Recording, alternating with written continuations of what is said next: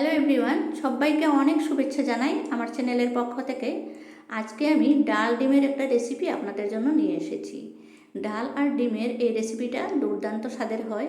যদি আপনারা কোনো দিন বাড়িতে ট্রাই করেন নাই, তাহলে এরকম করে একবার বানিয়ে অন্তত খেয়ে দেখবেন। সত্যিই দুর্দান্ত স্বাদের হয় এটা, আর খুবই ভালো লাগে খেতে। রুটি, পরোটা অথবা ভাতের সাথেও সার্ভ করতে পারেন। তাহলে যদি ট্রাই করেন নাই, তাহলে আজকেই এটা বানিয়ে নেবেন। চলুন আসি, এবার আরম্ভ করা যাক। এখানে আমি ডিম নিয়েছি 3টা। প্রথমে একটা বাটি নিয়েছি, ডিমগুলো বাটিতে রেডি করে নিচ্ছি। ডিম 3টা একে একে করে আমি ভেঙে নিলাম। তারপরে ডিমের সাথে আমি দিয়ে দিচ্ছি একটু কাঁচা লঙ্কা কুচি আর একটু পেঁয়াজ কুচি।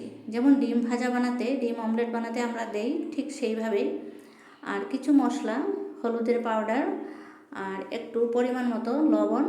তারপরে হচ্ছে একটু আমি গোলমরিচের গুঁড়া দিয়েছি। সব কিছু একসাথে মিক্স করে নিলাম। মিক্স করে নিয়ে আমি বাটিতে এক সাইড করে রেখে দিয়ে এবার চলুন গ্যাস জ্বালিয়ে একটা কড়াই দিয়ে দিয়েছি। কড়াইতে দিয়েছি আমি পর্যাপ্ত পরিমাণ সর্ষের তেল। অবশ্যই সর্ষের তেল ইউজ করবেন। আর এই রেসিপিতে আপনারা মসুর ডাল ব্যবহার করবেন। আমি প্রথমেই মসুর ডাল 2 কাপ ভিজিয়ে রেখেছি। আর ডালগুলো অবশ্যই আগে ভিজিয়ে রাখতে হবে। ডালগুলো ধুয়ে পরিষ্কার করে রেডি করে নিয়েছি। তারপরে আসুন, এখানে তেলে আমি পেঁয়াজ কুচি, রসুন কুচি আর ফোড়নে 5 ফোড়ন, জিরা, তেজপাতা এই সমস্ত কিছু দিয়েছি। আমার ভিডিওটা আমি দুঃখিত, স্কিপ হয়ে গেছে। সমস্ত কিছু দিয়ে তারপরে আমি মশলা দিচ্ছি। হলুদ গুঁড়া, ধনে জিরে গুঁড়া, লাল মরিচের গুঁড়া, এগুলো দিয়ে আমি মশলাগুলো কষিয়ে নেব। পরিমাণ মতো লবণও আমি দিয়ে দিয়েছি। ভিডিওটা স্কিপ হয়ে গেছে, না হলে দেখতে পারতেন। আমি বলে দিচ্ছি, ফোড়নের যে জিনিসগুলো আমি বললাম, এগুলো যাতে কোনোটাই মিস না হয়। একটুখানি জল দিয়ে আমি এখানে নাড়াচাড়া করে মশলাটা কষিয়ে নিচ্ছি। মশলাটা খুব ভালো করে কষিয়ে নিতে হয়। তারপরে আমি এখানে আমার ভিজিয়ে রাখা ডালগুলো দিয়ে দিলাম।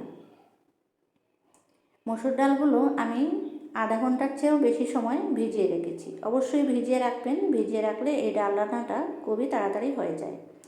এইভাবে গ্যাসের ফ্লেমটা মিডিয়াম রেখে 2 মিনিটের মতন আমি নাড়াচাড়া করব। 2 মিনিট এভাবে নাড়াচাড়া করে তারপরে চলে আসলাম আবার। দেখুন ডালটা, এখানে আমি 2-3টে কাঁচা লঙ্কা চিড়ে দিয়েছি।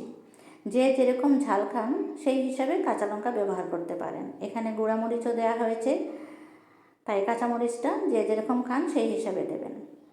আবারও 2-3 মিনিট এইভাবে নাড়াচাড়া করে আমি এখানে পর্যাপ্ত পরিমাণ জল দিয়ে দেব। জলের পরিমাণটা একটু বেশি দিতে হবে, কারণ মসুর ডালটা সিদ্ধ হতে হবে। ডালটা অবশ্যই সিদ্ধ করতে হবে ভালো করে, আর সিদ্ধ করতে হলে একটু জল বেশি পরিমাণে প্রয়োজন। জল দেওয়ার পরে একটু নাড়াচাড়া করে তারপর আমি গ্যাসের ফ্লেমটা বাড়িয়ে দিলাম। এবার আমি একটা ঢাকনা দিয়ে দিলাম। ঢাকনা বন্ধ করে গ্যাসের ফ্লেমটা বাড়িয়ে দিলাম। এভাবে 3 থেকে 4 মিনিটের মধ্যেই আমার ডালটা সিদ্ধ হয়ে গেছে। এবার আমি ডালের কড়াইটা সাইড চেঞ্জ করে এপাশটায় আমি ডিমটা ভেজে নেব। আগে থেকে রেডি করে রাখা ডিমটা আমি এখানে তেল দিয়ে, সর্ষের তেল দিয়েছি, তারপরে ডিমটা ঢেলে দিলাম। ডিমটা ঢেলে দেওয়ার সাথে সাথেই গ্যাসের ফ্লেমটা লো করে দিয়ে একটা ঢাকনা দিয়ে দিলাম। ডিমটা অবশ্যই খুব সুন্দরভাবে ফুলে উঠেছিল। আমি এখানে ভাজ করে নিয়েছি। এই ভিডিওটাও আমার স্কিপ হয়ে গেছে। আমার খুবই খারাপ লাগছে, আজকে কেন জানি না বারে বারে ভিডিও স্কিপ হচ্ছে। তারপরে আমি পরোটা যেভাবে ভাজ করে সেইভাবে 4 ভাজ করে নিয়েছি ডিমের অমলেটটাকে। আর এভাবে ছুরি দিয়ে ছোটো ছোটো করে কাটছি, স্কোয়ার স্কোয়ার করে কেটে নিচ্ছি। আর ভাজ করা যেহেতু হয়েছে, তাই ডিমের টুকরোগুলো একটু ভারী ভারী হয়েছে। এবার দেখুন, আমি ডিমের টুকরোগুলো ডালের মধ্যে অ্যাড করে দিলাম। সমস্ত ডিমের টুকরোগুলো ডালের মধ্যে অ্যাড করে দিয়ে গ্যাসের ফ্লেমটা বাড়িয়ে দিয়ে আমি আরও 2 মিনিটের মতন কুক করে নিয়েছি। দেখুন কত সুন্দর হয়েছে। এই রেসিপিটা আপনারা বাড়িতে অবশ্যই একবার বানাবেন, খুবই সুস্বাদু হয়। আর দেখুন, এবার আমার রেসিপিটা অলমোস্ট হয়ে গেছে। আমি লবণটা চেক করে দেখলাম একটু কম হয়েছে, তাই আমি আরও একটু লবণ উপর থেকে ছিটিয়ে দিয়ে দিলাম। এখানে আমি গরম মশলার পাউডারটাও দিয়েছি, এটাও স্কিপ হয়ে গেছে। এবার আমি গ্যাসের ফ্লেমটা বন্ধ করে দিয়ে সার্ভ করে নিয়েছি। দেখুন কেমন হয়েছে। সত্যি দুর্দান্ত স্বাদের এই রেসিপিটা যদি আর কোনো দিন বানান নাই, তাহলে আজই বানিয়ে একবার ট্রাই করবেন। ভাত, রুটি, পরোটা সব কিছুর সাথে সার্ভ করতে পারেন। আমার এই রেসিপিটা কেমন লাগলো অবশ্যই একটা লাইক দেবেন, কমেন্টে আমাকে জানাবেন। সবাই ভালো থাকুন।